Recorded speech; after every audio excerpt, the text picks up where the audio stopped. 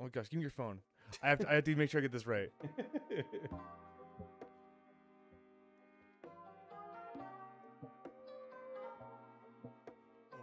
Well. How are you doing on this fine? Was it a Wednesday? Doesn't feel like a Wednesday. It is Wednesday, Yes. our normal recording day. Mhm. How are Yes. you, Caleb? I am good. A little tired. I've been trying to wake up a little earlier because I don't have much time to go on I want more time after work, and so I was like, how do I get more time after work? Because typically I walk for about 40 minutes after the gym. Like, what if I go earlier in the morning before I go to work to walk, and then I go do my lift later? Mm-hmm. And so I've been trying to do that, but God, am I tired. Body probably just hasn't adjusted to your new schedule yet. No, not at all. Which is so crazy too, because I used to wake up at sometimes I used to go to work at 1 a.m. Mm-hmm. Sometimes I was like, how did I ever do that? It's weird how the body can get used to a new schedule pretty quickly, all Mm-hmm. things considered. No, seriously. That is the optimal way to do it, though. If you can get up and do your cardio in the morning, Mm-hmm. I should be doing that, but yeah. I am way too lazy for that. Well, if I actually get a good schedule, I was almost I should do my lifting too. But then am I gonna be too tired for everything else? Yeah. But I don't know. It is what it is. We'll figure it out. Anyways, welcome back, everybody. Balls and Blasters. This is episode 22. 22. Yes, I wrote it right here. Deuces, Yes. bro. Pull them up. Wait, I'm just noticing. Mhm. It's episode 22. Why is our tic tac on 20? I forgot to adjust it after our last okay. episode. You won though, right? I did. Yeah, okay. So I will adjust accordingly. Hopefully I remember to. Yes. Episode 22. We've had I'm going to put you on the spot here. Yeah. Has there been issues with getting episodes up on Spotify? Yes. And it's mainly because I keep forgetting. YouTube's easy. YouTube's very easy. Spotify, I don't know why. It's I think it's easier to upload, but it just that phenomenon of when something's so easy, you don't do it because it's so easy. Yeah. It's I'll get to it later because it's so easy. It'll take 2 seconds. Mm-hmm. That's kind of how it is.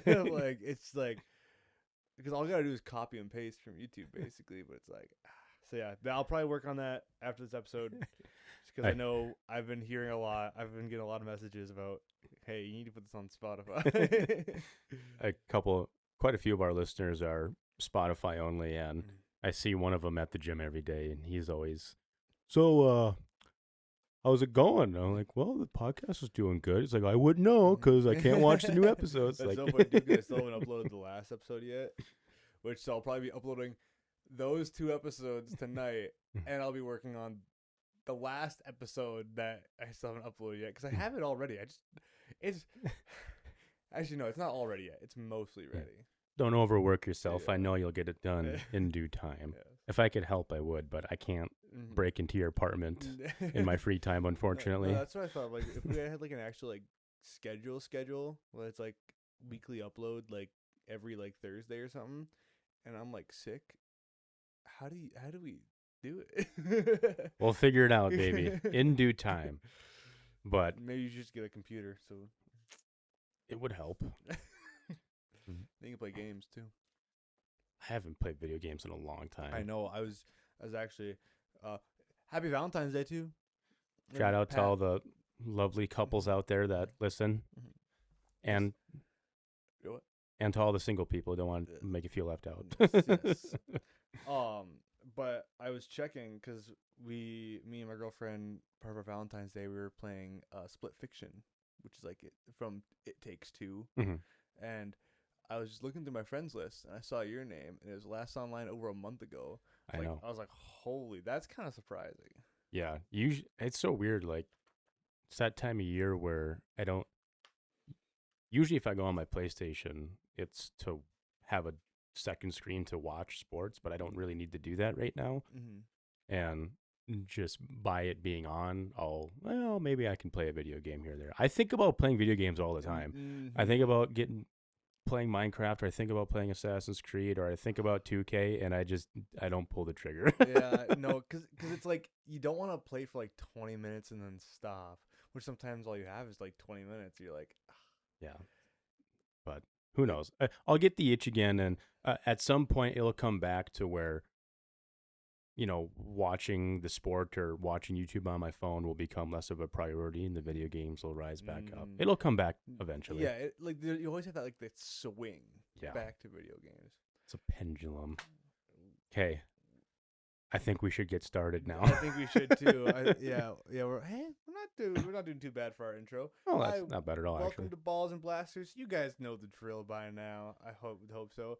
That's Austin over there. He talks about jockey nerd stuff, and I'm Caleb, and I talk about nerdy nerd stuff, like Star Wars or stuff like that, or Dungeons and Dragons. Dun, dun, dun. We might talk about a little bit about that today. Little preview. I put the balls. He puts the blasters. Together we're balls and blasters. You know the drill. Mm-hmm. Episode 22. Yes, and we always start off every episode with a rock paper scissors match. The current score is 16-5 for those math people out there. That is, in rock paper scissors, statistically crazy. It is. It's like flipping a coin and getting heads 16 times. Shall we on shoot? We shall on shoot. Yeah. Rock, paper, scissors, shoot.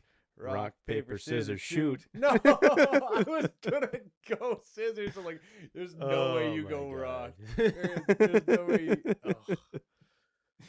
I'm getting tired of going first all the time, Caleb. It literally is just like okay, sports are first, nerds second. Austin, we can change that later. What do you got for us today? We can change it later.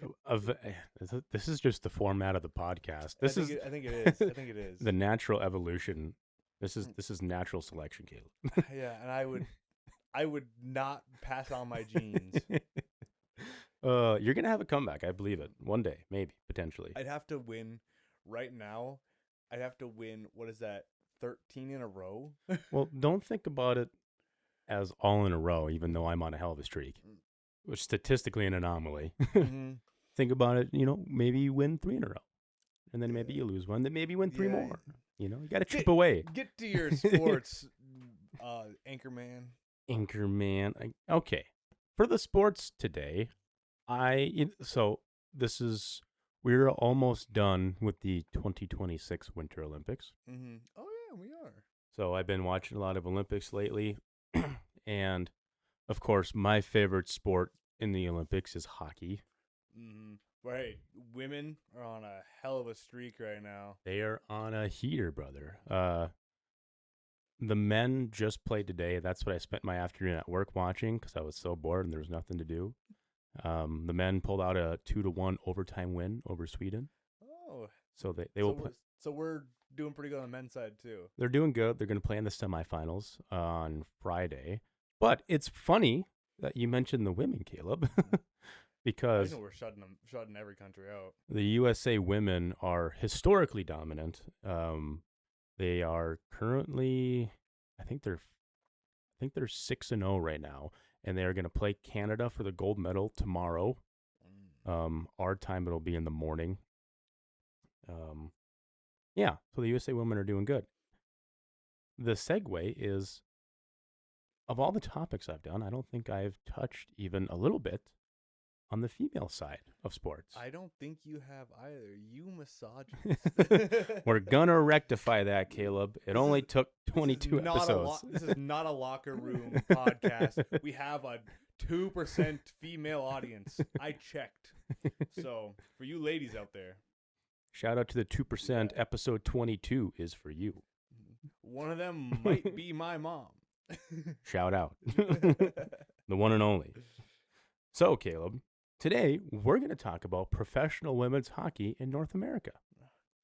I'm very, very interested. When I was thinking about topics, I was like, hockey is up in the rotation. It's the Olympics. I can do something with that.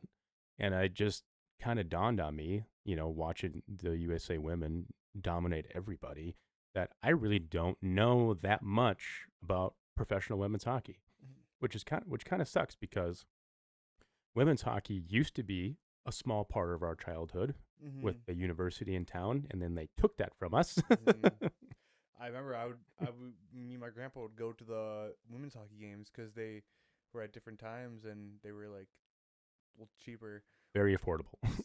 very affordable. So that's bad. They should be making the same as men. That's not quite where we're going, Okay. but we are going to learn about some history in hockey for the women in North America. I'm going to actually lower my microphone a little bit. I feel like I'm looking over it. I had to do that too. We're still getting used to these setups. I think this is pretty good though. I am very quiet though. While you're adjusting that, we must start at the beginning, Caleb, like all good success stories. The history. A bit of a history.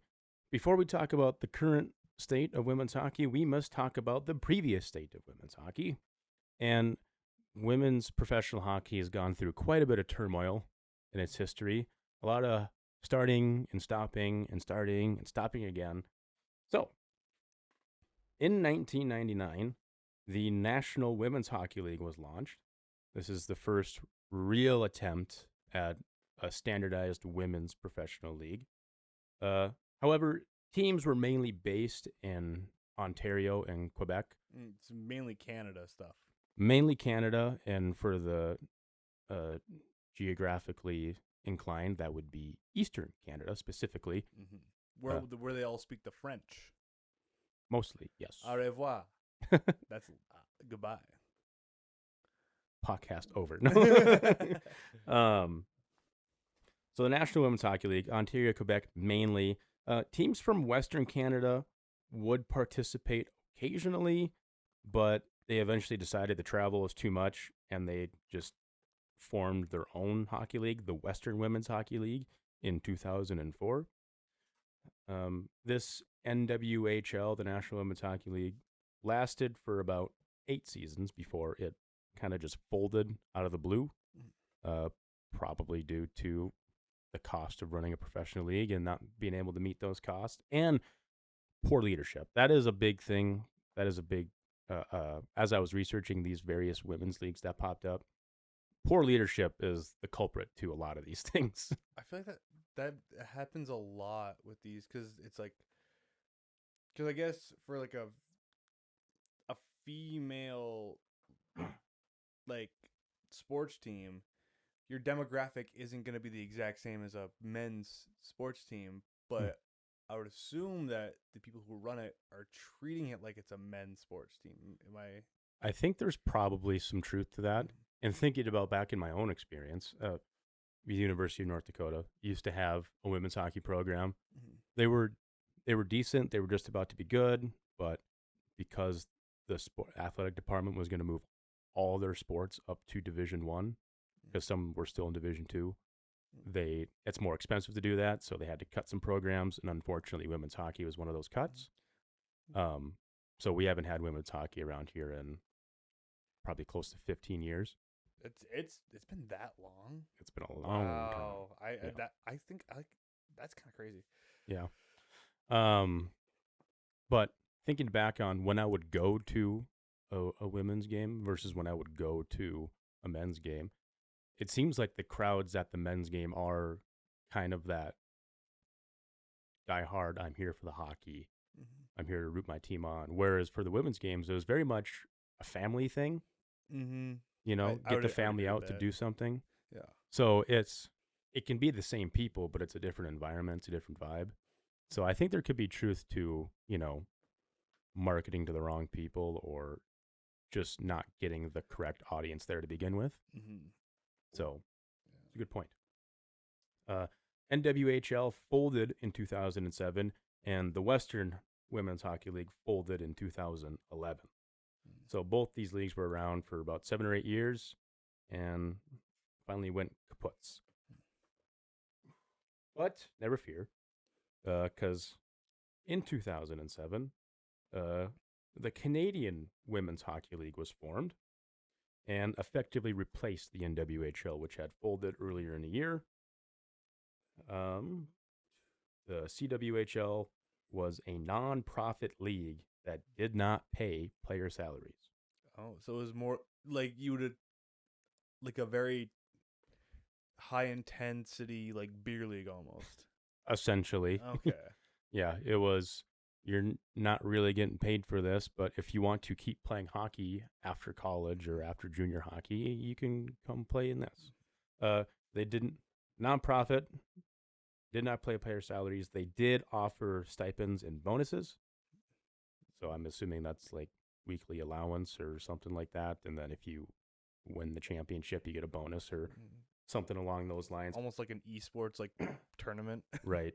And mind you, these stipends and bonuses are nowhere near enough to, I'm only doing hockey. I can live off this. You definitely need to have a second job. Um, and so it was nonprofit to start because they were aspiring to be a true professional hockey league, this Canadian Women's Hockey League. That was how they decided they needed to run the organization. It's also important to note, and I think I might have a note about this later, but all these leagues that we're talking about for women's pro hockey, and it's true to this day too, they're all owned. All these teams, all these franchises are owned by the league. Oh, so it's not like how, like in basketball, there's like Mark Cuban was like the owner of the Mavericks for a while. Right. Okay. So, and that's part of, that would be a fantastic sign of growth of women's hockey and just women's sports in general, is if they make enough revenue to where it's an investment that will make you money, to where outside investors, buyers want to come in and buy these teams and own them and essentially invest into them. We're not there yet, but I think we're getting close. So the CWHL aspired to become a true professional league. However, they also abruptly folded in 2019. So they were around for about 12 seasons, which is an improvement on the previous ones. There's a lot of financial instability. Again, bad leadership, money not going where it's supposed to, bad marketing, yada, yada, yada. Go down the list. Meanwhile, while the CWHL was folding, there was a Premier Hockey Federation that had been established in 2015, so 4 years prior to the CWHL folding. It was not necessarily a rival, it was more just a alternative, which, for a sport that isn't super grandiose and popular, maybe isn't the best thing to do. You don't want competition in that sense. You want to come together and work together. Kind of like the when the football things came together. Yeah, pretty much. Yeah, like it's better to just be all under one roof than split your fan bases among two different. For those that are unaware about the history of professional American football, the NFL used to not be popular like at all. College football was king for a very, very, very long time. And it wasn't only until the NFL. There's actually a really good video on how the NFL came to be, and it's got a lot to do with what the women are trying to do, in the sense that all the NFL teams used to be owned by just the league, and one of the owners of the teams, one of the main guys running the league, was like, "Hey, I know you don't think this is a good idea, but what if we split everything up and yada yada yada?" And it turned here. The NFL is here today. Big time decision that was made. But that's neither here nor there.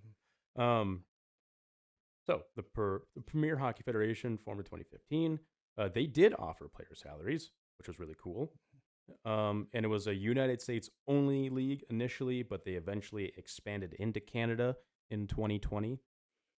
So again, having rival leagues, not the best, but the CWHL folds and the Premier Hockey Federation essentially takes over that and expands. So there is slow and steady growth. It's like progressing, and then you knock down a little, but then you progress a little more, and it's just, that is kind of the short history of professional women's hockey. So, and the CWHL folding was kind of out of the blue and not expected by all the women that were participating in this nonprofit league, and they were not happy. They were not happy at all. These women, they were fed up. and they wanted something closer to what the men had the privilege of having, as you know, a National Hockey League that you can rely on. That's going to be there. That's going to progress and grow and all that stuff.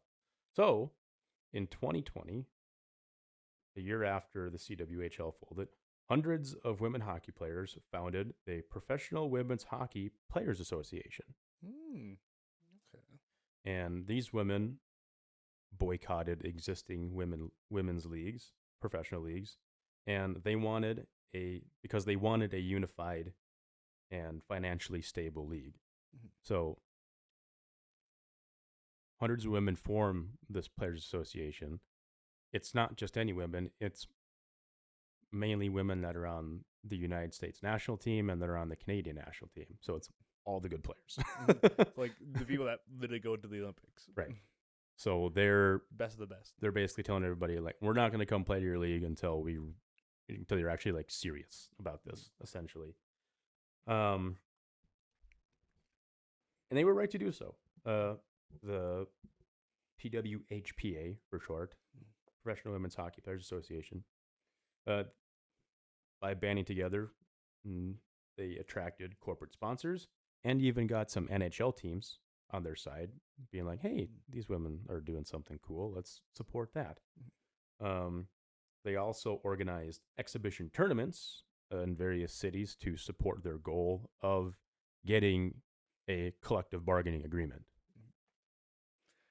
Can you remind the audience what collective bargaining means again? It's so funny how a lot of I've talked about baseball, football, and now hockey, and it all comes back to collective bargaining. Caleb can't get rid of it. What does it mean again? I literally should know, but I can't remember. I guess I don't know the corporate definition, but it's essentially a binding agreement for a set period of time, usually somewhere between 3 to 5 years, that essentially outlines player lifestyle, how they're going to get paid, how the league season is going to be run, how the playoffs are going to be run. And that was the reason that one NHL season didn't happen. Yeah, because the collective bargaining agreement didn't go through. Right. That was in the early 2000s, yes. Okay. And this agreement is between a players association and typically the owners of a professional league. In this case, it's just between the players and the league itself, because that's all kind of the same conglomerate. So yes, they organized this players association. They organize exhibition tournaments to, not just spread the word about women's hockey and how talented and how fun it can be, but also to garner more help, essentially, in being like, hey, we want this CBA thing to happen. So in 2022, this Players Association entered a partnership with Mark Walther Group and Billie Jean King Enterprises. 2022, the Players Association enters a partnership with Mark Walther Group and BJK Enterprises, Billie Jean King Enterprises. Now, for the historians out there, Billie Jean King is a tennis legend. Specifically a female tennis legend, and she's also very well known. I cannot remember the guy's name, but there's a very famous tennis match that was on TV. Everybody watched it when it happened. It was Billie Jean King versus this guy. I cannot remember the guy's name, but Billie Jean King won that match, and it was like a whole big deal. Like, see, the women can't compete with the men, that kind of thing. Who are these two? Well, we just discussed Billie Jean King Enterprises, obviously very important in female sports. That goes without saying. Mark Walther Group is important because Mark Walther is the owner of the Los Angeles Dodgers. Oh. And if you pay attention to any baseball-related news, you know he got money. He got money, and he likes to use his money. So that happened in 2022. So these are two big partners for this Players Association to have. There's real steam here, which is good. They're heading in the right direction. 2023, Mark Walther Group and BJK Enterprises purchases the Professional Hockey Federation, which was the existing women's hockey league that was going on. They essentially were on the way out and they folded. And these two ownership groups were like, we're going to buy all those assets and we're going to own them. And later in 2023, the Professional Women's Hockey Players Association successfully negotiated a CBA, a collective bargaining agreement, ahead of the year of their new league, the launch of their new league with Mark Walter Group and Billie Jean King Enterprises. So a very fruitful partnership that now takes us up to the modern day. Caleb, do you have any comments or questions? I did not even know that there was a professional women's league in hockey. There is. It is currently going. Well, with the Olympics going on, there's a pause. But yes, they exist. Is this kind of like helped by the rise of like the WNBA too, would you think? I don't think it's a coincidence that the WNBA is getting popular and women's hockey is getting popular. I don't think that's necessarily a coincidence. Yeah, because I remember like pre 2020, most people would say that women's basketball was like almost like a joke, and now it's far from a joke at all. Like, yes, it's become far more entertaining. Attendance is up by a lot, which is good. You need attendance if you're gonna make money. Yeah, I know it's now like even like more popular or not, but it's like one of the more popular like worldwide sports is the WNBA or like leagues. Yeah, it's getting up there. It's gotten a lot of positive attention over the last 4 or 5 years, which is good. It's good for the health of women's sports, the WNBA, all that stuff. And I agree, it's not exactly a coincidence that, a rising tide lifts all boats, per se. So, Caleb. Good quote. The Professional Women's Hockey League and its inaugural season. That is the name of the current league, by the way, the PWHL. PWHL. Yes. I don't know why they didn't go with, the WNHL. Right. I think I know why, because the original women's hockey league that existed in Eastern Canada was the National Women's Hockey League. So maybe they just didn't want to be associated with that, or maybe there's a trademark there that I don't know about. But the PWHL, it's a good name. It works. There were 6 teams at the very beginning. The inaugural 6, for those that are aware of NHL history, there is an original 6 in NHL history, which I've thought about doing a podcast on for a hockey topic, but it's just a lot of information, and I don't know how interesting it'd be. But the original 6 hockey teams for the NHL are Boston Bruins, New York Rangers, Chicago Blackhawks, the Detroit Red Wings, the Montreal Canadiens, and the Toronto Maple Leafs. Okay. Those are the original 6.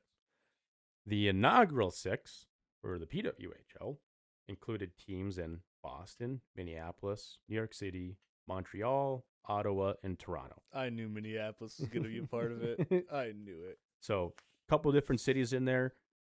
It's important to note that there's 3 American teams, there's 3 Canadian teams. That was definitely on purpose.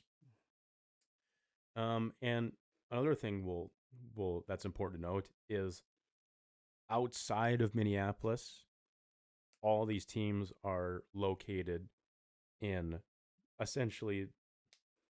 they are located in either the northeastern United States or the southeastern Canada. So travel is not a big deal. It's very easy to get to and fro. It's not super expensive. Unless you go to Minnesota. Unless you go to Minneapolis. And even then, Minnesota is not the furthest travel that you can make.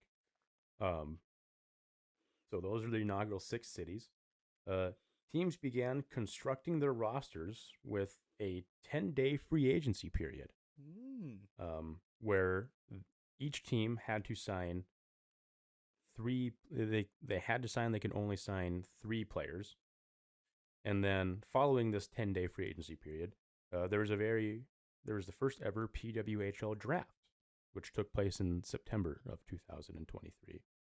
I don't know if there had been drafts in previous women's leagues. And this is important stuff because this is the seriousness. This is the equal treatment per se that the PWHPA was formed with in the first place. Like, the men get to have a CBA, the men get to have free agency, there's a draft for their league. We want that. That's essentially what they're aiming for, like a legit league that people can take seriously. The bare minimum. Yes, pretty much. The bare minimum. So that is all happening for them, which is awesome. Their first draft took place September of 2023 in Toronto, a hockey-crazed hub. There was 15 rounds, and there was 90 players chosen, and there was 286 total eligible players. And then, obviously not enough between the 3 free agents and, the draft picks you get, not enough to completely fill out a team. So I think there's some undrafted free agency going on there. 286 eligible players. The very first pick ever in the PWHL draft was, I hope I say her name right, but Taylor Heise, Heise. I feel bad if I mispronounce that because she's actually unbelievable at hockey. Is it Heise? Heise, could be Heise. Yeah, she's actually incredible. She was drafted to Minnesota. They had the very first ever pick, and she is incredible. She's the best. Her name will come back up again later. So there was not a time. This all kind of came together pretty quickly. It was like the Premier Hockey Federation dies, and then this Players Association gets formed, and then all of a sudden they're in negotiations for a CBA. Like, oh crap, no, we're going to start our season. So because this was all hastily done isn't the right word, but because there was a lot of thought and planning going on this entire time. But things were moving quick. And because of that, they did not have enough time to get nicknames for all these teams. Oh, so was it just like Minnesota, Boston, pretty much, et cetera, et cetera? Okay. Mm-hmm. They had put in some trademarks for some names, but I don't think they ended up ever actually going through, and it was just not enough time. So no nicknames for these teams for the first season. They decided we'll figure that out in the very first off season, and so their jerseys just donned their city essentially, which they were basic, but honestly, some of them looked pretty decent. So the teams then met in December of 2023 for a 5-day evaluation camp, just so everybody could get used to their teammates and figure out what they all have, and to experiment with some new rules, which we'll talk about in a little bit here. Some differences between the PWHL and the NHL. The first ever game of the PWHL took place on January 1st, 2024, with Toronto beating New York. Or no. What is that word? Toronto hosting. That's the word. Toronto hosting New York. I can read my own handwriting. Toronto hosting New York. New York won 4-0. Oh gosh. We got flamed if you got that wrong. Yeah, right. The inaugural season drew record crowds for women's hockey, Caleb. I believe the previous record for a women's hockey game was about 8,500-ish in that area, which is a good crowd. Very good crowd. However, Minnesota's very first home game in this very new league drew over 13,000 people. So there's a record. Not to be outdone. Toronto hosted Montreal in Toronto, and they got 19,300. Holy crap. They sold out their arena. Not to be outdone, because Montreal and Toronto have a very real rivalry in the NHL. Of course, their fans are going to have a very real rivalry in the PWHL.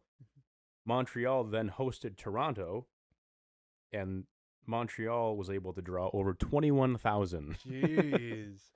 So it's looking good for women's hockey right now. People are excited. People are interested. I think, and the marketing leading up to this was done fantastically, by the way. I remember following along with it, and I was like, okay, this is actually like a real thing.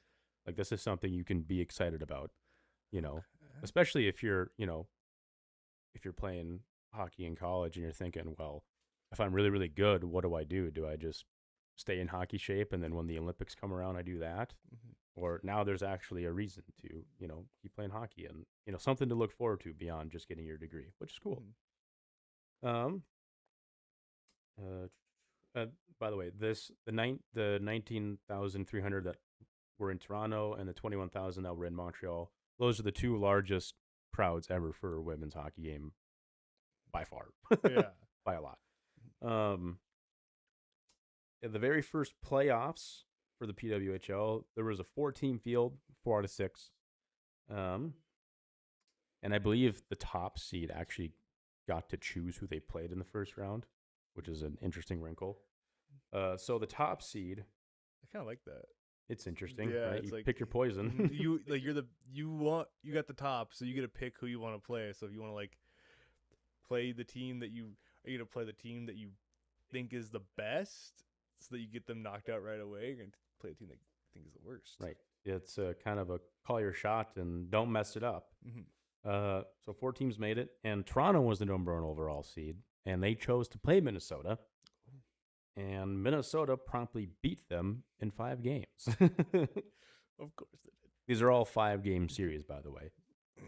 So went to deciding game 5. Minnesota defeats Toronto, and then Boston defeated Montreal in 3 games in the other semifinal round.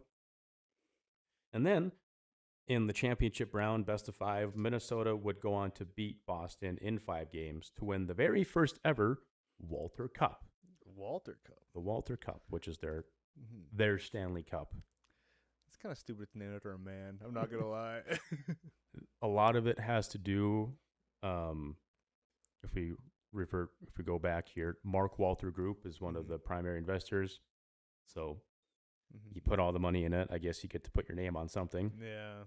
And the Walter Cup, Minnesota wins the very first ever Walter Cup.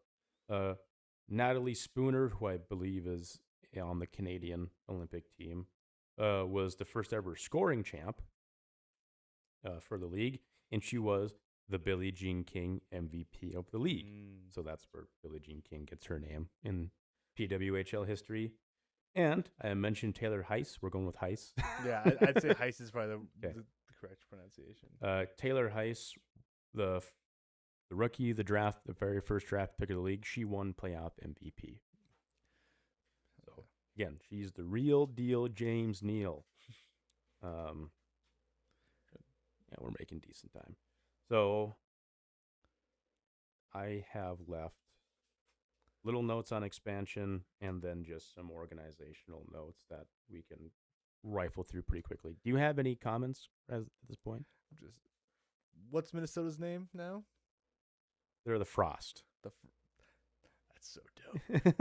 Of course, the Minnesota Frost.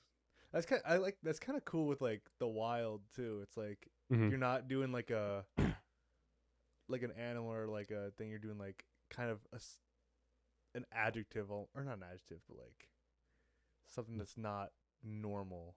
Right. It perfectly describes 9 months out of the year in Minnesota. Yeah. Okay, so we will go on to 2025 expansion. Some quick notes on this. So this is the season after their inaugural season. The PWHL wanted to add 2 more teams for its second season. And you might be wondering, was there any appetite for this? Seems like there's some success and some interest, and you would be correct, because the PWHL received well over 20 proposals for expansion. Ooh. And in April of 2025, the league announced expansion teams were awarded to Vancouver and Seattle. That makes a lot of sense too.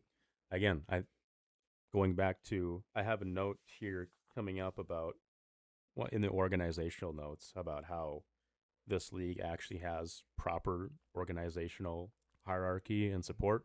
This is not the foresight that these other leagues had. So we have success here. Okay, well, it makes sense to expand out west because it gives Minnesota travel partners, and you want the other half of the country, whether it be the United States or Canada, to be interested. And Vancouver and Seattle are perfect not only because they're out west, but they're also very close to each other. And they're essentially like sister cities. Yes. Like that's pretty. When I went to Seattle, people were telling me I should go up to Vancouver. Like that's how close it was. So makes a lot of sense, and I think it's very cool. So those were the two expansion cities. So there's now 8 teams in the league. Okay, some PWHL organizational notes. I'd mentioned this earlier. All 8 teams are owned by the Mark Walter Group. So there's no individual team owners.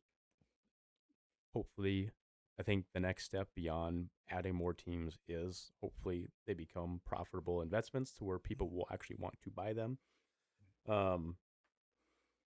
The PWHL has an advisory board. It has a senior vice president of hockey operations, a senior vice president of business operations, things that previous leagues, if they did have them, they didn't know what the hell they were doing. So they have an actual like structure and plan. Yes. Yes. Which is so wild thing. I want to hammer that home. Like that's why it took over 20 years for a very serious women's league to get off the ground. Like how they're actually like giving a crap about it. Right. And to go along with that, the PWHL has over 100 staff to support league operations and business operations, which again is much different than before. So the initial CBA negotiated by the Players Association will last for 8 seasons, which is an anomaly. That is not normal for a CBA. Typically, like I said, somewhere in the range of 3 years to 5 years, depending on your league. It is unique to professional women's hockey. I think they did it on purpose because stability. Yeah, I was just say like you don't want to be changing something up when you're just getting like good ground going. Right. And at the end of 8 years, if things are steadily moving up, maybe you can negotiate a little bit differently. The CBA establishes that each team must sign 6 players to a minimum of an $80,000 salary. Okay. And no more than 9 players to a league minimum salary of $35,000. So essentially, all your good players, they have to sign them to $80,000 at least, and the league minimum is $35K. Like a livable wage, for the most part. You know, livable depending on what city you're in and whatnot. I'd say 80,000's. Oh, 80,000's good. Like okay for most cities. Yeah, 80,000's good. 35,000, we're stretching it. Okay. Yeah. But again, you have to start somewhere, right? And then teams need to reach an average salary of $55,000. Okay. Which should be livable as long as you're not stupid. Base and average salaries are set to increase 3% per season over the length of this collective bargaining agreement. The CBA also outlines performance and team bonuses, such as specifically $63,250 for the Walter Cup winning team that gets distributed amongst the players. The CBA also outlines other financial incentives like housing stipends. Oh, which is nice. That's 35,000 with housing stipends. I'd take that. Yeah, could be worse. That's for sure. And I did some quick math. I probably did it wrong, but my note word for word. I believe that means league average salary would be around $70,000 by the end of the CBA, which is definitely livable. It's a far step up from the nonprofit leagues that were going on before. But we're not quite at like $1 million salaries yet either, though. No one's making $100 million anytime soon, unfortunately. Maybe one day we'll get there. I mean, there definitely seems to be like a market for women's hockey. I would agree. I don't think this ownership, I don't think the CBA would have been negotiated as such if we're not getting close to that 6-figure mark. Mm-hmm. You know, I think that's definitely a sign of good things to come. So those are the organizational notes. Now I want to go through the schedule format and the rules of this league. I'd mentioned there were some differences compared to the NHL. The inaugural season was a 24-game schedule that ran from January to May. This has since been increased to 30 games a season with the 2 extra teams. And the season runs from November to May, so add a couple months in there. The PWHL has a 3-2-1-0 points system as opposed to the NHL, which has a 2-1-0 point system. What does that mean? You get 3 points for regulation win, 2 for an overtime or shootout win, 1 point for an overtime loss or a shootout loss, and you get 0 if you lose in regulation. Okay. In the NHL, you get 2 for winning, 1 for losing in an overtime or shootout, and then 0 for losing in regulation. A lot of people like the 3-2-1-0 format better because there's teams, and there's even teams this year that get boosted by losing in overtime because you get the loser point all the time, and not enough teams are getting rewarded for winning in regulation. Mm-hmm. That's an argument for a different day. PWHL shootouts are also 5 rounds, as opposed to the NHL where they're 3 rounds. And skaters can be used more than once, where in the NHL you have to just keep going down the roster. Mm-hmm. Postseason tournament consists of the 4 best teams, and there's no Eastern Conference and then there's no Western Conference. It's just we're all playing each other, the 4 best. Mm-hmm. You guys get to make the playoffs. The semis and the final are best of 5 series, as previously established. Now to a couple different rules. Excuse me. Almost lost my. So there's a jailbreak rule in the PWHL. You take a penalty. You're shorthanded. You're on the penalty kill. 5-on-4. If you score a goal while you're shorthanded, the power play is over, and your player gets to come back out of the box, and you get to play 5-on-5 again, which I think is kind of neat. Something different. Is that not how it is? No, usually in the NHL, if you're on the penalty kill and you score, you're still 5-on-4. Okay.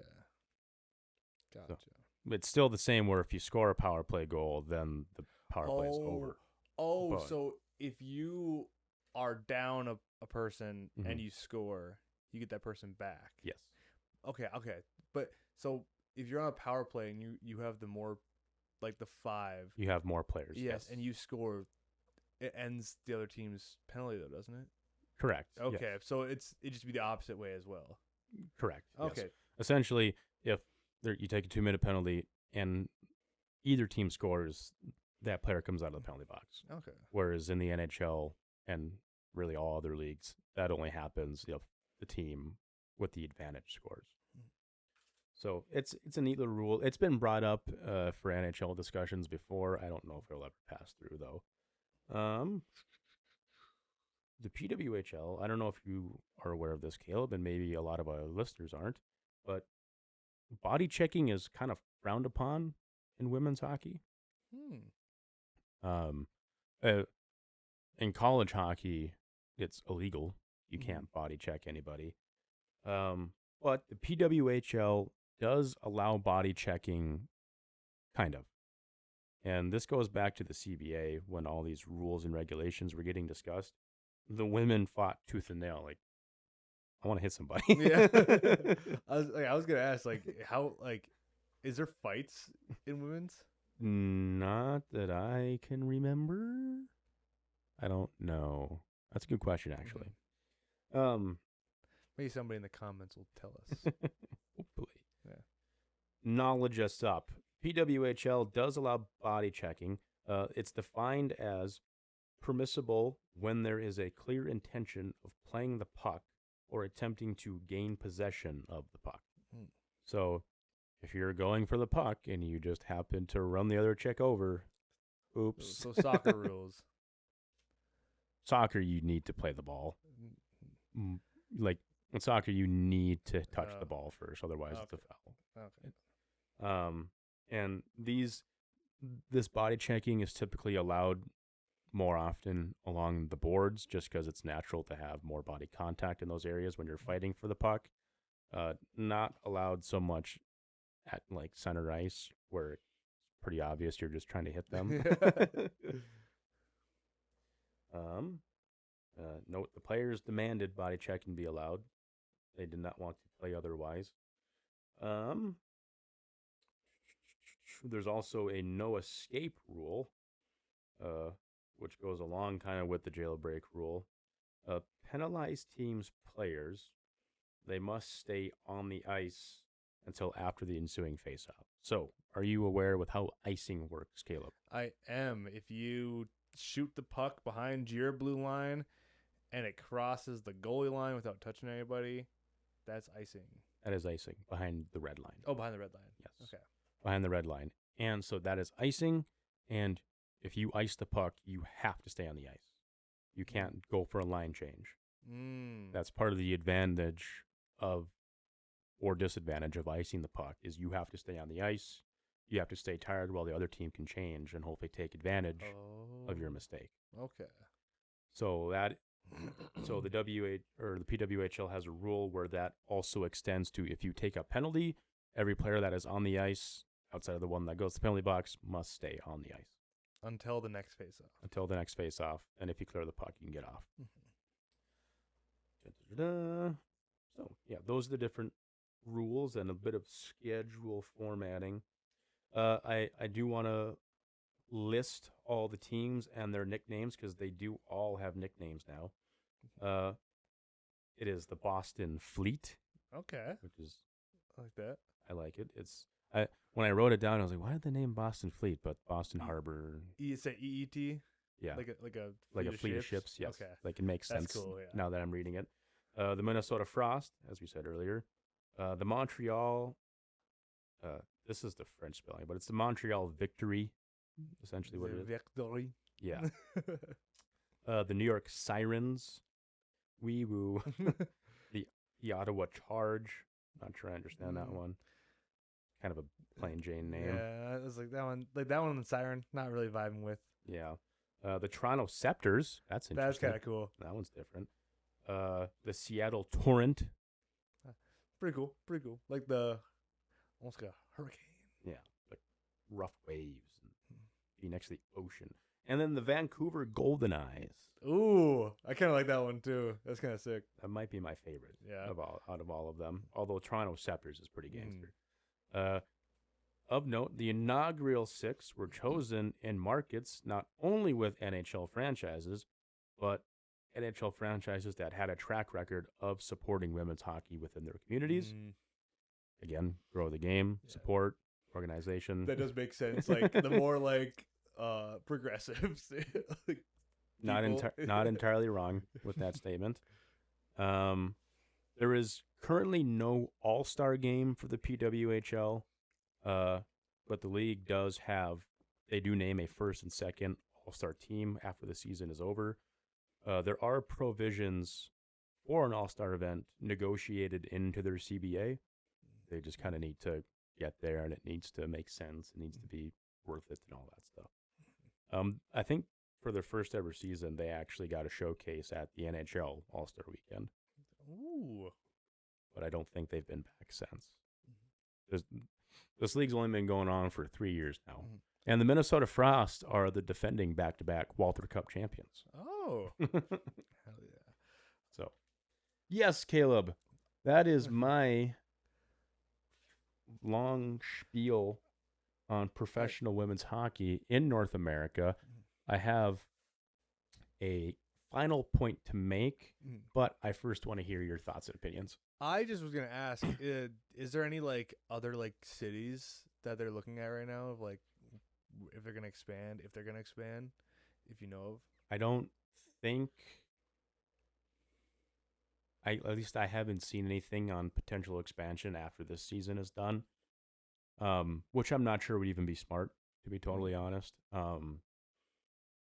have to remember, so the NBA, for example, the NBA has 30 teams. The WNBA has like 16 teams. I think 16's right. So, which is half essentially of the NBA. The NHL, of course, has, I want to say, 32 teams. Yes, with the expansion of Vegas and then to Seattle, it's 32 teams. Mm-hmm. I don't think if you're growing, you can keep adding, no problem. Mm-hmm. You just don't want to overstep your growth. Mm-hmm. So if you can make these 8 teams very successful and then keep going, then yes. As far as potential cities, I'm sure it's the same ones that offered expansions in the previous round. I'm sure Vegas is up there. Mm-hmm. Yeah. I'm sure Los Angeles is up there. I would imagine Dallas is up there. I was thinking Detroit. Detroit would be a very good one. I'm sure Florida wants in on that action.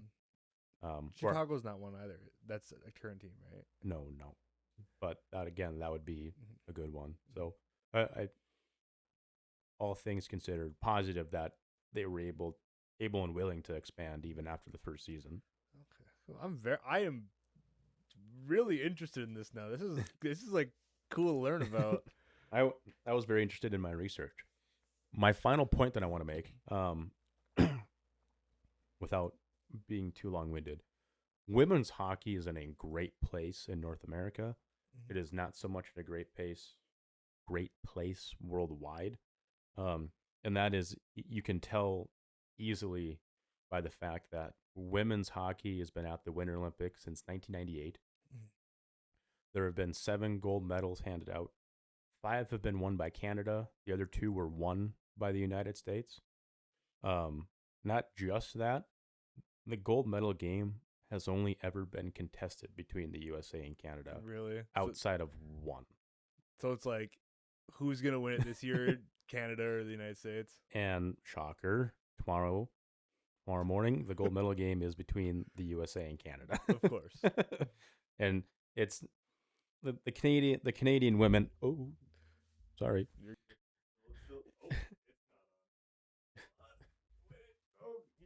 Keep talking. Keep talking. Is it good? Yeah, we're good. Okay, sorry. I think so. No good. The Canadian women had one scare. They almost got goalied. I think it was against the females. The female. Of course. The female.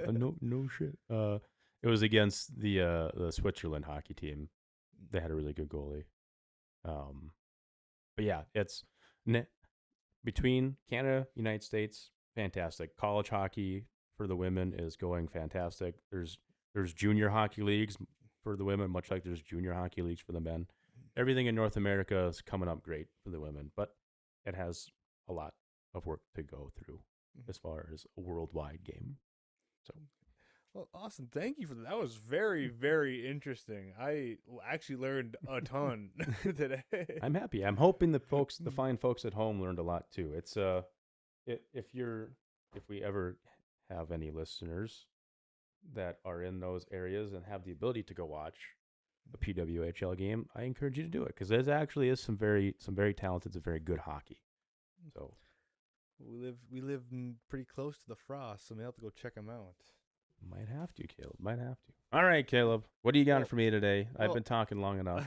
Austin, I think it'd be really cool for a PWHL team to have the name, like a cool nickname of like the Dragons. I thought I could say the Dungeons at first. No. We will talk a little bit about Dungeons today. That's where my mind went. We will mainly be talking about dragons today because I have been on a very, very big fantasy kick lately. I've been looking to start a Dungeons and Dragons campaign with some of our friends who are interested. And I was like, it'd be really cool. Just kind of go through a little bit of just dragon lore and like pop culture. This is interesting. So this is not going to be a history of dragons, but it's going to involve a fair amount of history of dragons. No, it's okay. I dig it. Dragons are cool. I like dragons. They're big. They're scary. Yeah, I'm interested. Let's do Well, it. good, because I will have 2 questions for you at the end of this. Okay. But so, what is a dragon, Austin? A dragon, it's going to be a mythological creature that usually represents like a serpentine or lizard-like appearance or form. They're usually gigantic. Not all are gigantic, as we'll get to, hmm but they're usually just big lizards or big snakes with wings Big, most of the time. big flying lizard Mhm. snakes. So, Austin, when you think of a dragon, what do you think of? Like, give me the features of a dragon. I think scaly, Mm-hmm. uh, like scaly skin. I think massive. I think claws. I think what would be like like dinosaurs, like a flying dinosaur, essentially. Perfect. Exactly. That's exactly what it is. Like, you got the wings, the scales. You literally named off the 3 things that I had here: the wings, the scales, and the claws. Nailed it. You got that exactly. Yeah, like they're just these giant, scaly, clawed, flying lizards that, in most of history and culture and mythology, they're perceived as like being very powerful, Mhm. very like that you don't want to mess with a dragon because a dragon is gonna mess you up, and only crazy people would even go and talk to a dragon. Because yes, most dragons talk, but I there is a distinction between Eastern and Western dragons. Do you know what that distinction is? I didn't know there was a distinction, so I'm curious to learn. So I wrote this down very spread outly, so I gotta go this section first here. Um, so a Western dragon versus an Eastern dragon. The base of it is, when you think of a Western dragon, you want to think of something that is often slayed by somebody, Okay. like a thing to be killed. hmm An Eastern dragon is more of something that you want to pray to, or something you want to worship. Kind of like a symbol. More like a symbol or like a deity. Okay. Like, Okay. yeah, so Western dragons you slay, Eastern dragons you pray. Hmm. That's what we'll kind of get to here now. So a typical European dragon. This is the most base form dragon. It's got 4 legs and 2 wings. They're usually like super greedy or evil. You know, they can they can be all the way from like super smart, sentient, like smarter than humans, all the way to super animalistic beasts. hmm It really depends on who's like telling the story or what story they're in. Right. Uh, these guys are, when you see a dragon, that's it. This would be Smog from The Hobbit. This would be Spyro from the game Spyro. This would be Toothless from How to Train Your Dragon. Those are the 3 dragons that immediately came to my head, by the Wait, way. really? Yeah. Yes. they're all 4-legged, 2 wings. And they breathe fire typically, but we'll get to in a little bit. Dragons don't just breathe fire. But yeah. But they're the kind of things that you would think of when you think of a dragon. Now the counterpart, because I wrote this a little differently, is the most popular Chinese dragon, or the Long. This is be the Eastern dragons. Now, like I said, they are much more spiritual. But these Chinese dragons are the Long. I'm gonna start calling them the Long, because they are long. hmm They're more snake serpentine like in nature. They have still those 4 legs, but they have no wings, but they can still fly because that spiritual Right. guidance between are for them. Longs are really cool because they control the rain, the storms, and like the rivers, basically wherever water flows. That's kind of what they control. They're very more spiritual. Like, you would, each river has a dragon associated with it. Each storm has a dragon associated with it. I feel like I've heard the whole river and dragon thing Mhm. before. Yeah, and if you look at a picture of an Eastern dragon, they're very like flowy and long and different colors. So they are like a river essentially. Snakes like a river kind of thing. Yeah, exactly. Yeah. They're not evil. They're very just forces of nature. Of hey, a river has no intention to harm you, Mm-hmm. but if you fall in the river and you get swept away, that's your like the river had no intention to hurt you, but it also has no intention to save you either. It's very right in the middle, neutral. It's just nature.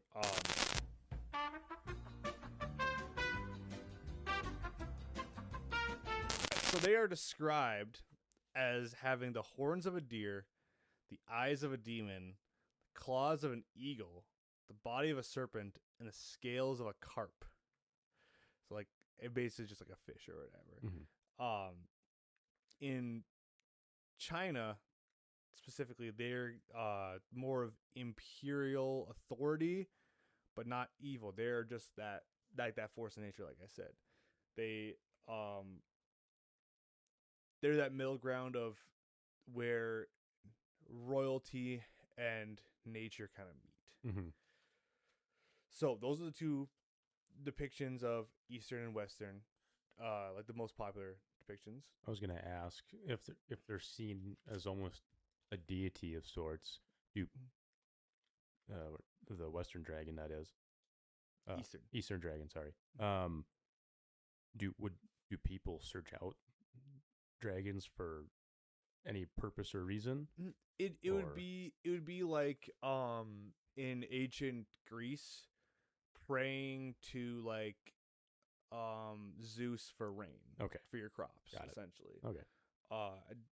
That's hopefully don't quote me on that 100% because we're talking more about like the kind of dragons there are. So if I'm wrong on that, no, it's just a question.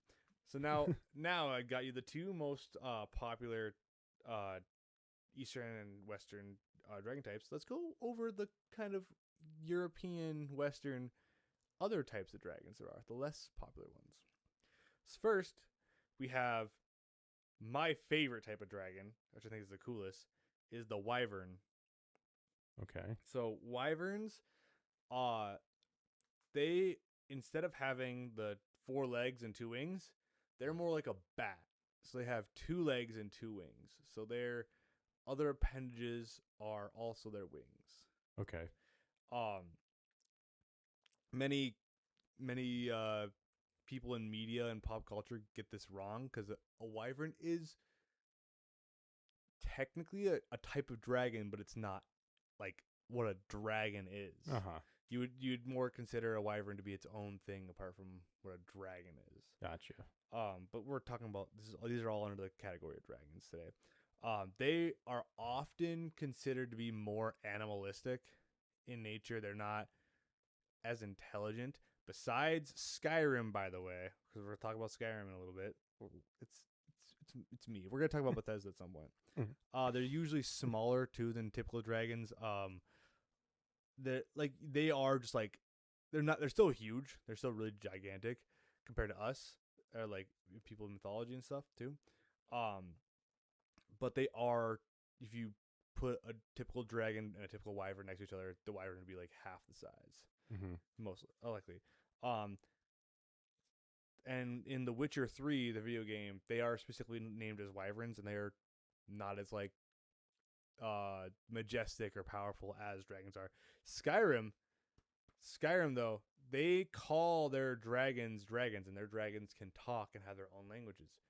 They are technically wyverns though. Interesting. So dragons, 4 legs, 2 wings. Wyverns, more bat-like, 2 legs, 2 wings. Gotcha. Yeah.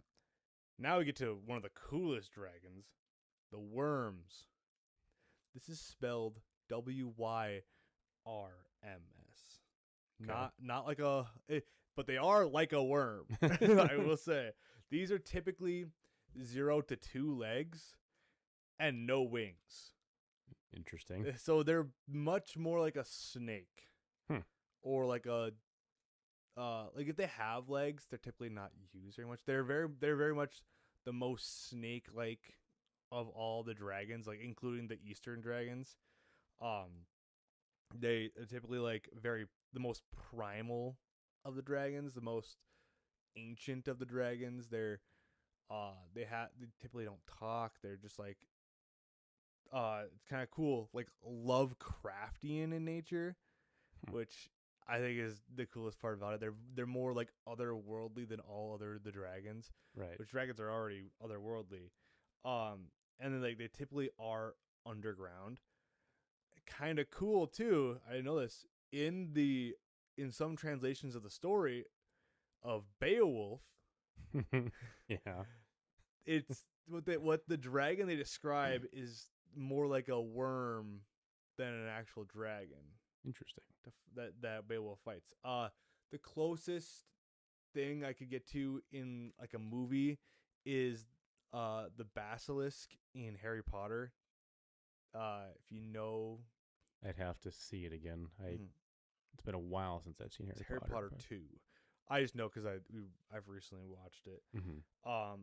But yeah, yeah, that'd be the closest thing. It's just a gigantic snake, essentially. I I am knew Beowulf. I knew you were gonna say it at some point. I have come to slay your monster. I wrote it down. I'm like, I know he's gonna say something about it at some point. But yeah, and I know in the movies it's more depicted as a typical dragon. But then we have a drake, and not Hotline Bling. Drakes are really cool. So they are the depiction that there was a dragon in real life, this would probably be what it is. It's 4 legs and 0 wings. Still looks like a dragon. Just imagine a regular dragon, no wings.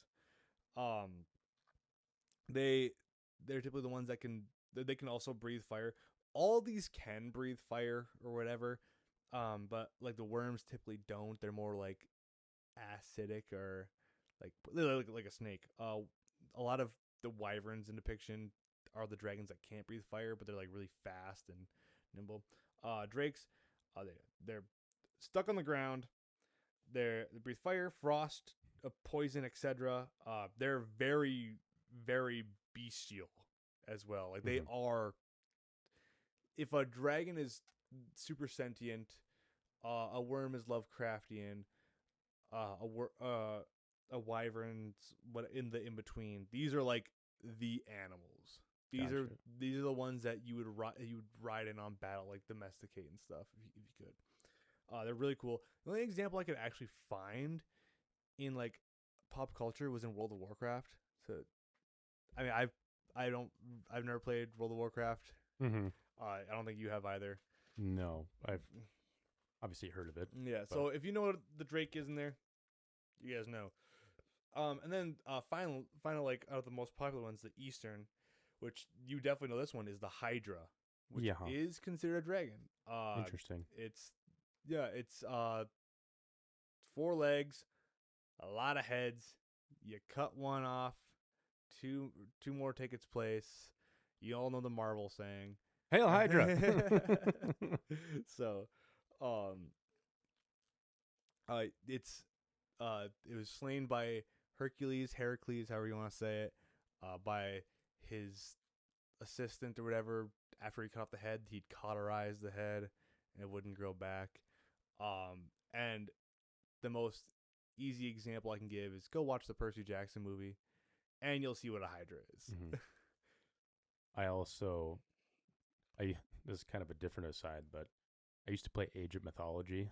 Yeah. All the time growing up, and Hydras are fun to use in that game too. Dude, Hydras are so sick. It's such a cool concept. It is. It's scary. Yeah. like how to well, it's the thing of like how does Percy? Spoiler alert for like a 12-year-old movie.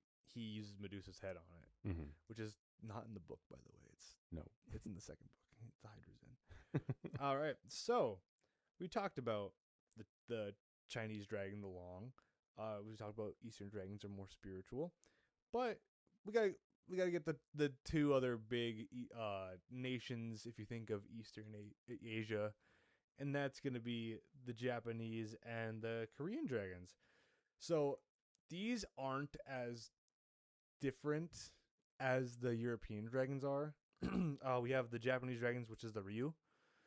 They are very much more connected to nature than the Chinese dragons would be. They're very much uh still very spiritual, but they're more that force of nature than in China, where it's like they're half like deity and Gotcha. half Mm-hmm. like nature wise. And then and they're actually kind of cool. They're also connected, since Japan is a island nation. They're also associated with oceans. Whereas in China they're not typically associated with oceans. In Japan they are Mm-hmm. as well. So like all water in Japan basically. They're kind of cool. This is gonna be a spoiler for like a almost a 20-year-old movie, over 20-year-old movie. Uh, there actually is. Oh, sorry. In the Chinese dragon example, I can give. Obviously, the biggest one is Shenron in Dragon Ball Z.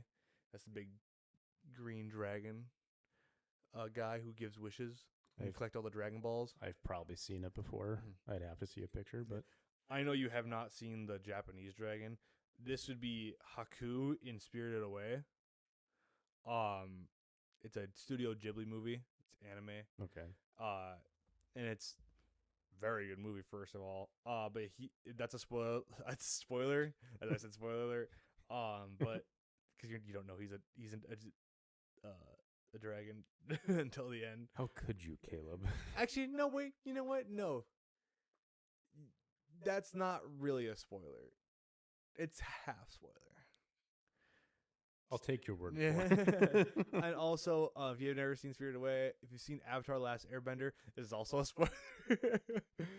there is a dragon in there. Uh, that would be because it's based on the Japanese dragons, because it's a Fire Nation, and the Fire Nation is based on Japan. Mm-hmm. So the dragons are based on the Japanese dragons, and they actually breathe fire though, so it's not 100%, because typically dragons don't breathe fire in Eastern mythology. And then we have the Korean dragons, which are the Yong. Now if the Japanese dragons are super connected to nature, the Chinese dragons are about half royalty and imperial, half nature. The Korean dragons go all the way on the other side to just imperial benevolence and royal and like wisdom. They would be they're not really connected to nature much at all compared to the other two. Mm-hmm. They're more of that symbol of authority. Interesting. And the closest example I could give to this, it's not a 1-to-1, but it's King Ghidorah from Godzilla. It's very they're not serpentine, and it's 3 heads. But that's kind of, if somebody was to like say what would be the closest depiction to a Korean dragon, the Yong, King Ghidorah would be the closest. Now, of these dragons, this is mainly the Chinese dragons, but it's also incorporated in the Japanese dragons, and the Korean dragons are the types of dragons there are in Eastern mythology. So they're all the celestial dragons, who they would guard the heavens. This would be the Korean the Korean dragons would lean more towards the heavenly imperial dragons. They're the spiritual dragons, which are more of the Chinese focused ones, which they control the wind and the rain. But the Chinese dragons would be under all of these. And then there's the earth dragons, who they control and actually rule the rivers. So each river has a dragon associated with it, essentially. Gotcha. So if there's like river A, river B, there's river dragon A and river dragon B. If there's a more prominent or a larger river, is that dragon considered? Yes, it would be bigger. Gotcha. Okay. Yeah. And then I just want to say too, for the Japanese dragons, I forgot to do this.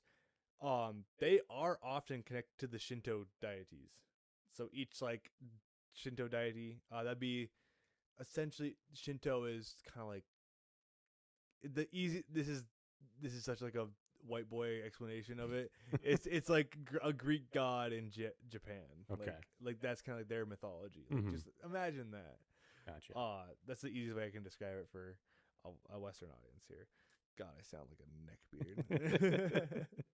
But so That's part of the allure, Caleb. Got to get in there sometimes. So I like talking about these types of dragons. You learned all about how cool these dragons are. You want to talk about some Dungeons and Dragons now? I suppose.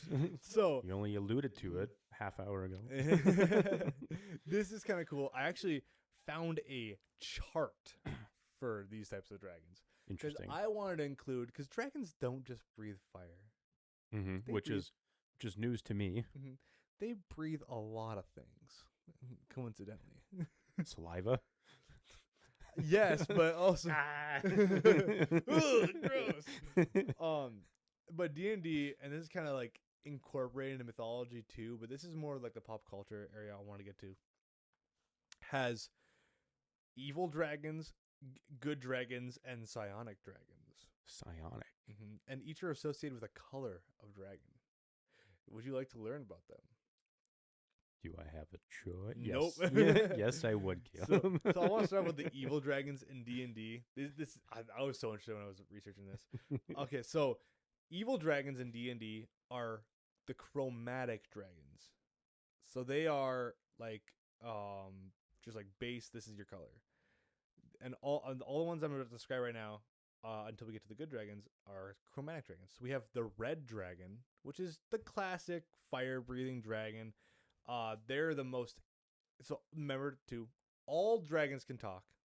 Mm-hmm. Dragons can talk, especially in D&D. They are sentient and very smart, typically. They're very arrogant. They think they're better than even all the dragons. They think they're better than all the dragons.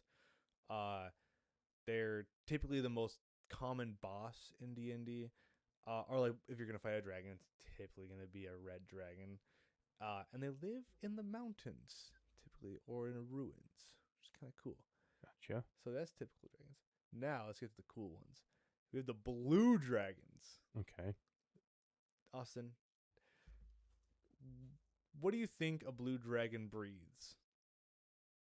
Well, if red means fire, I would venture to guess blue means water. Nope. I'll give you one more guess. One more guess. One more guess. I don't know. Hydrogen bombs. I have no idea. I mean, that's closer. Lightning. Oh, Yeah, so they interesting. breathe lightning. Oh, that's cool. Um, That's really scary. yeah, each color has like a thing associated to it. It's so sick. So, they breathe lightning. Out of all the evil dragons, they're usually the smartest dragons. They are like, kind of like the, hey, I know exactly what's happening and what you're gonna do because I'm smart and I'm blue. Mhm. They're pretty cool. They live in the deserts, actually, like the arid regions, which I was like, for blue deserts, that's kind of cool. Yeah, it's interesting. Then we have green. Austin, can you guess what green breathes? Is it acidic based? No. Okay. Or Venom or something more like venomous is you have to bite something. What's the other thing? venom. You have to bite to inject the venom. The other thing? Typically, you're venomous or you're. I'm not up on my Where's the P? I'm not up on my Poison. poison. Oh, Yeah, so okay. they're poisonous. So yeah, Yeah. if you have to inject it, it's venom. If you don't have to inject it, it's poison. You learn something new every day. I did not care about Mhm. science class that much. These are the green dragons. They're the most like cunning and trickster of the evil dragons. I don't know why that makes sense with poison, but it just does. No, I would agree because like the people would poison the king to like Yeah. Mhm. they're the most cunning. They're typically like the smaller ones too Mm-hmm. out of the evil ones. They live. Where would you think they would live? In a hut in the swamp. No, see. It's so funny because you're describing another dragon. We'll get to in a little bit. They're more of like the forests and jungles. Okay. They're like the like out in the wilderness type of The naturey ones. yeah, which is kind of weird, like poison, like jungles mainly, but also like forests. There's a lot of poisonous things out in the jungle, Caleb. Mm-hmm. Including green dragons. All right, Austin, you got this one this time. The white dragon. White Whoa. The white dragon. You got this one. You were close on the blue. Close on the blue. I said water initially for blue, didn't I? Mm-hmm. White. What is that? Just huffing and puffing like the big bad wolf. I don't know. They're cold. It's like frost. Frost. Like okay. Like the Minnesota Like frost. the Minnesota frost. The white dragons, they are the most animalistic of all the dragons. They are kind of like, if you were to like, they're like the crackheads of like, if they're a human, they'd be kind of like, you know, they're definitely the most that on animal instinct than the rest. Like, think about on most, they still are sentient, but it's like talking to like a caveman. White frost and white powder, baby. Mm-hmm. Austin, where do you think they live? I assume in snowy climates. Yeah. And I shall say, out of all these, because each of these dragons has a counterpart of a good dragon. Okay. They are the most antisocial. They do not like talking to even other dragons. Interesting. They will not talk to anybody. They are scared away. Now we have the black dragon. Austin, you were very close on the green dragon. What does this guy breathe? This is me trying to remember what I guessed for the green dragon. I said, was venomous my first guess? No, it was right before that. I don't know what the hell I said. It was acid. They breathe acid. Interesting. Okay. So there's poison and there's acid. And these guys are the ones that breathe acid. Uh-huh. They are the most evil of all the dragons in terms of sadistic nature. They will torture you. Fun. And yes, the acid, acid's like, I'm going to burn your leg off. Right. Yeah, that's not fun. Austin, these guys do live in the swamps. Okay. These are the swamp dragons. Gotcha. So we got all through all the bad dragons. Now let's get to the good dragons, or the metallic dragons.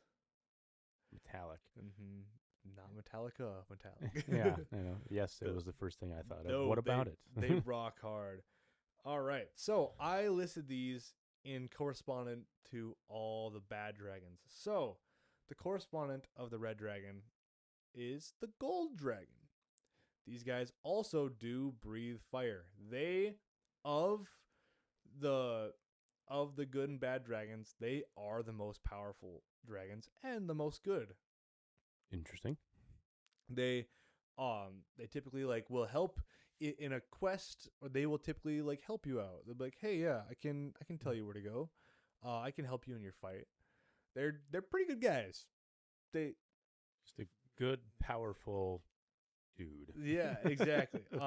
They are typically near water, but they're also far from people because they realize that they kind of scare people too, so they don't want to like be around people because these evil dragons are making it bad for them. It's I don't know why it reminded me of in Monsters Inc. when they go through the wrong door and they end up in the Himalayas. Welcome to the Himalayas. Just snow cone. So Austin, let's see if you can remember this right now with the list we went down. Next we have the bronze dragon. What does this guy breathe? So the first, you said they're like for like. Mm-hmm. So there's the red dragon and the gold dragon who both breathe fire. There's the blue dragon, which you said. I'm really trying to keep all this straight. Lightning. Yeah. Yes. Okay. So yeah, they're the good lightning dragons. They are the most like. I hate tyranny. Okay. They are the most like. I guess you'd say like chivalrous. I don't know if that's the right word. Like very like high standing morals. They're like, I will fight for like what's right. I will like If they were in Boston in 1775, they had been down for the cause. yes, exactly. They're gonna fight against injustice and tyranny. Like paladins would be the most. If you're going to class in D&D, a paladin would be the most equal alignment. They're typically found by the coast. They're very coastal. They're pretty cool. All right. So next, Austin, is the brass dragon. Now, what does this guy breathe? I'm trying to remember what the colors were in order. Was it red, blue, and then green? And we decided green was poisonous. It's a trick question. Why would a good guy breathe poison? I don't. These guys also breathe fire. Why would a good guy breathe fire, Caleb? Why would a good guy breathe poison? Why would a good guy breathe lightning? How does that help? He can power up stuff. You see Thor powering cities, Caleb. I saw him power up Iron Man.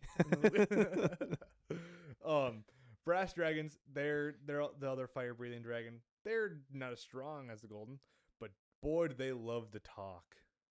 They are the most talkative, and they're the most joking. Or no, sorry, they're not the most joking. They're the second most joking. They just love conversation, though. And they're little tricksters too. These would be also in the desert. So you have if you notice, like some of these are like mixed up here. These guys would also be in the same area as the blue dragons. Okay. So next we have the silver dragon. Austin, what does the silver dragon breathe? Was this correspond to the white one? Mm-hmm. So, just the I don't know, freeze, frost. Yes, Yeah. exactly. So, if the white dragon was very animalistic and antisocial, the silver dragon is going to be the very opposite. Which silver and white are very hard to tell apart. So, I would hate to be like, oh, is that a silver dragon or a white dragon? Because the silver dragons, they are the most in love with humans. They will go out of their way to help humans. They will, and they love humans. Like they will help you. If you see like a silver dragon flying and you're getting chased by something, they will swoop down and help you. I'm acting like this is real life. Maybe it is, Caleb.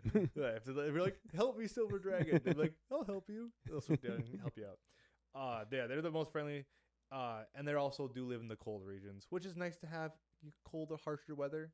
Nice, helpful dragon around. Now, we have the last good dragon, the copper dragon. What does this guy breathe? Acid. Yes, you can. Good guys can't breathe poison, but they still can breathe acid, I guess. These guys are like super tricksters and jokesters. They'll love to play pranks, and riddles. These are the dragons that'll ask you riddles in a quest. These are like the ones you'll find in caves and foothills. So we went through all the evil and good dragons. Now, what about the psionic dragons? What does psionic mean, Caleb? So, psionic is just like forces of nature. These are the gem dragons, which I find the most interesting. So we have the amethyst dragon. This is you're not going to guess these. I'm just going to tell you these. By the way, Okay. This guy breathes force energy. Of course. This would be a cosmic dragon. Is it a Jedi dragon? So I actually do have a dragon to like kind of associate, which I don't think you'll know who it is. The one I can associate this most with is Rayquaza from Pokemon. He's like the protector of the world from like outside forces. Okay. And that's kind of what this dragon is. They're cosmic. They're like, hey, if anything's coming in from outside outer space, I'm on it. We don't want that. I will protect the world from the outside forces. Out in the aether. Exactly. These guys can mostly be found in caverns because they're just like chilling around, waiting for something to happen. We have the sapphire dragon. This guy breathes thunder. Nice. This guy's a warlord. He is very like military strategy. He's like, yeah, if you want strategy, you go to him. I question the viability of breathing thunder just to scare the shit out of people. I would assume it's close to lightning. These dragons are like the forces of nature. They're not. They're not really like. They're more god than dragon. Yeah. In terms of like this sense, they also live in caverns because they're just waiting around to do something. Emerald dragons, they breathe psychic. Obviously. Obviously. You can tell these guys, they have more powers than like actually breathing something. These guys, they're shy and secretive, but they'll help you out if you're nice to them and whatever. They do live in extreme heat though. Interesting. So they're very like, I don't want to talk to anybody. I want to keep to myself, and I'll trick your mind if you get too close.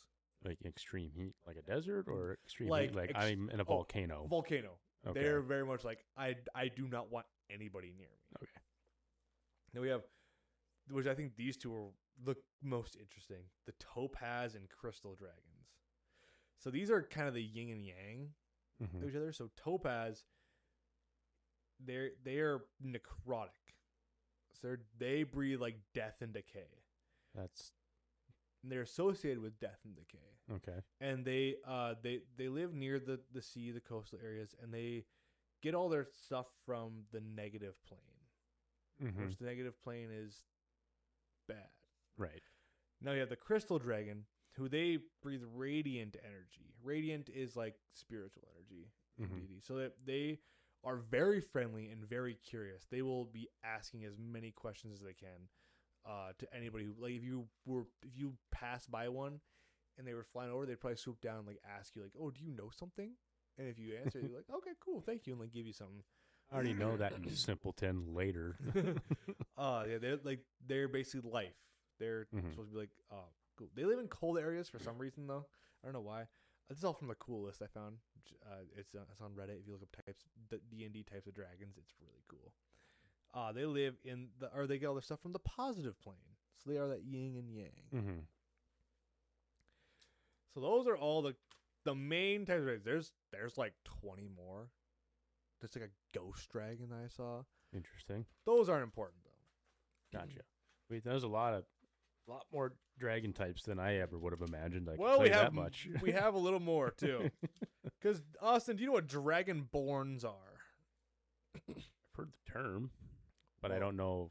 There's two types of dragonborns. Okay. There's the D&D type and the Elder Scrolls type. That's probably why I'm familiar with the term. Yeah. So I kind of want to include this little section because it's really cool, because this is two takes on like what a dragonborn is. So in D&D, a dragonborn is literally just a humanoid dragon. It's just imagine like a dragon that can walk and talk and like, but has a anatomy of a human up until like the scales and like the head. Like the head is of a dragon, and they can breathe like all the different types that we had right here, like the red, the green, the brass, the gold. That can be a dragonborn's type as well, and they can breathe that like sort of energy. But they're like just human. They're a humanoid, and they're like civil members of society typically. Though they're a lot of like people are racist against them. Interesting. But also we have the Skyrim Dragonborn, which instead of being that full on that you look like a dragon, you just have the soul of a dragon. And in Skyrim and Elder Scrolls, the dragons can breathe like different things. Like they're like words of power, they're called, which is dragon language. Like literally like breathing fire is literally like yelling at somebody in dragon language. Okay. And they have the soul of dragons, so they can kind of do what dragons can do too, but they still look like a normal human or a elf or a orc or Khajiit, if you guys know what Khajiits are. A cat person.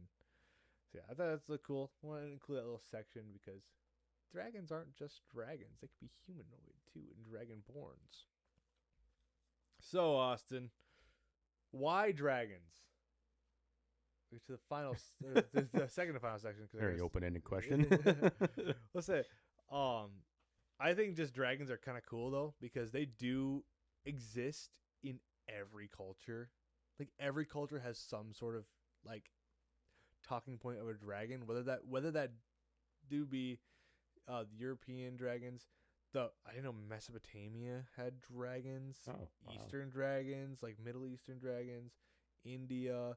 Like there are some sort of dragons in every culture. I think it's because dinosaur bones too. I would have to think. Yeah, Yeah. but it's just kind of cool that they have been such like a staple in just history for so long. It's cool that different groups of humans came up with a similar idea just in their own image. Mm-hmm. Yeah, it's like, and the difference between the Eastern and Western, Mm-hmm. where it's one is like a beast and the other one is a god. Which makes sense because isn't, you know, it's almost like Eastern and Western medicine, philosophical versus. Mm-hmm. Exactly, and like there's much more of like a wanting to understand the world in like the Eastern like mythology versus wanting to. It's like tackle the world in Western ideology, like, Yeah. or like that. It is that like almost like colonialism Right. of Western versus like that spiritualism of the Eastern. But I think they're so cool though because they can fit so many different roles in like movies, video games, books, like anything. Like they could be a final boss, or they could be a pet, Mm-hmm. or they could be a god, like in Dragon Ball Z, or they can be like a mentor, like in Skyrim. Like a dragon's a like they're enemies, but they're also a guy who's like a mentor that teaches you stuff, and he's a dragon. It's so sick. And like they can also like scale very easily. Like I'll go back to Skyrim again. It's apocalyptic. Like the dragons are the end of the world, whereas in some things like a Hercules, it's like a village level of like, hey Hercules, take out this dragon for us, Mm-hmm.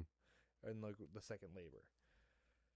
So Austin, I actually have 3 questions to ask you now. 3. Yes. So It always first, comes in 3. of the Eastern and Western dragons, which one is your favorite dragon Uh, that I talked about, and why? like specifically East or West, or just. You can say East or Western, and like I want to go more in detail if you pick Western.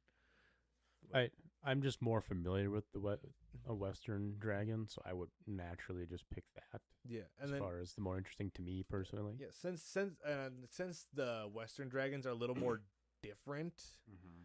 and like have more variations, which one would you say is like your like favorite of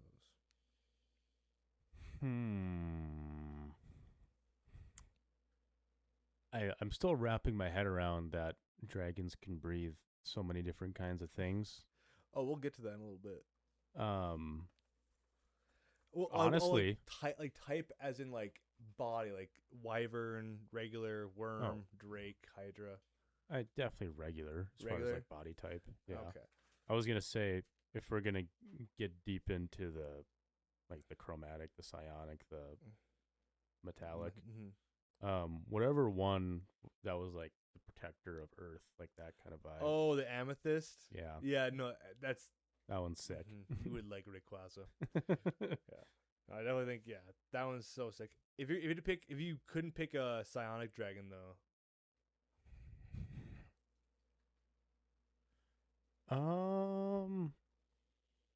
Gosh. Okay, you'll have to refresh my memories. I'm just trying to think of like who I am as a person. I'll go through the evil ones first. Red, fire, arrogant. I'll do my like little notes here. Well, so I you don't have to go all the way through. Yeah. Which one? There's one or two that were more reserved or quiet or. Oh, it was the white dragon, which is like more animalistic and antisocial, and then there's the let's see which one's more reserved. Maybe the one that just. There's one. I don't know. This is really not that serious, but No, it's cool. There was the Emerald Dragon. That's a psionic dragon. Yeah. Um. Gosh, I don't know. I I like the idea of. I think it was the silver dragon. Like the really friendly guy. Yeah, who just kind of chills and helps out if you're in the area, kind of thing. Yeah, he's like they love humans. Like Yeah. they will go out of their way to help humans. Gotcha. So, last question, Austin. Okay. I named 10 dragons for you here, but you can pick any dragon you want. This is just a refresher for you. Mm-hmm. Of them, like some of the most popular dragons. Uh-huh. What is your favorite dragon in pop culture? If you can't think of one, I have 10 that you can choose from. It was funny because the three you, and these aren't my three favorite per se, but when you were like dragons, and then the first three you listed were whichever one is in The Hobbit, Smog, and then you said Spyro, and what was the third one that you mentioned initially? I can't remember, but Was it Toothless? Yeah, How to Train Your Dragon. Yeah. I went through like the gamut of like what kinds of dragons are there. My favorite in pop culture. I haven't really seen that many shows or movies or whatever with dragons. But I guess does Smog kind of embody that more traditional style of dragon? Smog, I would say, is the most traditional dragon. It's J.R.R. Tolkien. Like he made fantasy popular. Yeah. So it's because so my dad and I watched the Hobbit trilogy in theaters, and I remember like the great reveal of this dragon coming out and raising hell and whatnot, and I was like, that's cool. and he is very much like that, like greedy, evil, like red dragon. Like it's like a dragon loves gold for some reason. I don't know what they can spend it on, but they love gold and they love doing that. Yeah, I have my list here. I'm gonna read it anyways. Mm-hmm. So I do have a backup second favorite. That's funny. I'm curious if you listed or not. So I do have Smog as my number one. Okay. For The Hobbit. We have these aren't in order. I just kind of went through a list here. Drogon from Game of Thrones. That's the really big guy, the really big dragon. Toothless from How to Train Your Dragon. Obviously, How to Train Your Dragon. Alduin from Skyrim. He's the World Eater. Parthenax from Skyrim as well. He's the mentor. Spyro from Spyro the Dragon. Shenron from Dragon Ball Z. Saphira from Aragorn. Sorry, I hate saying Aragorn. Folker from Neverending Story. That's what I like to describe as like the dog dragon. Because I think he looks more like a dog than a dragon. Interesting. Mushu from Mulan. Yes, of course. Voiced by Eddie Murphy. Yep. And then Ridley from Metroid. You left out the goat. The one that reigns above all. Who's the goat? You left out the Ender Dragon, Caleb. Oh my gosh.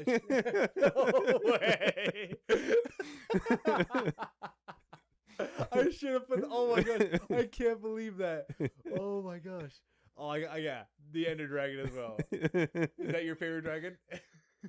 It's up there. It's in contention. That would be a traditional dragon too.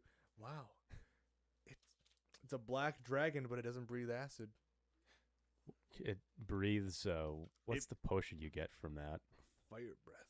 Fire breath. Yeah. No, dragon's breath. It's just dragon's breath. Yes, but it affects you much the same way like poison would in Minecraft. You know, what if it is an amethyst dragon? The force energy. That could check out. It's cosmic. Is the end cosmic? Interesting. Dragons are everywhere. And that's my thing on dragons, Austin. It's a very interesting topic. Way more in depth than I thought. So that's cool. I was deciding between history or just giving like more of like a, hey, dragons are all these things, not just lizards. I think you chose the right direction, to be honest. Kind of give us a whole breadth of whatever a dragon is or could be. And I'm still playing a lot of Baldur's Gate, and I was like, the Dragonborns. I have one character that's a Dragonborn, and it's like you can pick all those besides like the psionic ones. I'm like, that's so cool. It's really cool. Heck yeah. No, I learned a lot. when you're describing the difference between the Western and the Eastern dragons, it makes sense. It makes sense that there's such a difference there. Just the way, Asian cultures are compared to, European cultures or even our culture. Mhm. So I thought that was very interesting that there's a connection there. I thought that was really cool. I think it's really cool too that there is like I do think the worm, which I didn't really get much into, is kind of that. It's both sides because it is considered the most like Lovecraftian and ancient. Mm-hmm. Where in Eastern mythology, it's all dragons are also super ancient and spiritual. So like worms are also that like Lovecraftian old god Right. type of thing. So I think there is that kind of similarity right there, Mm-hmm. but then everything else is so different. Yeah.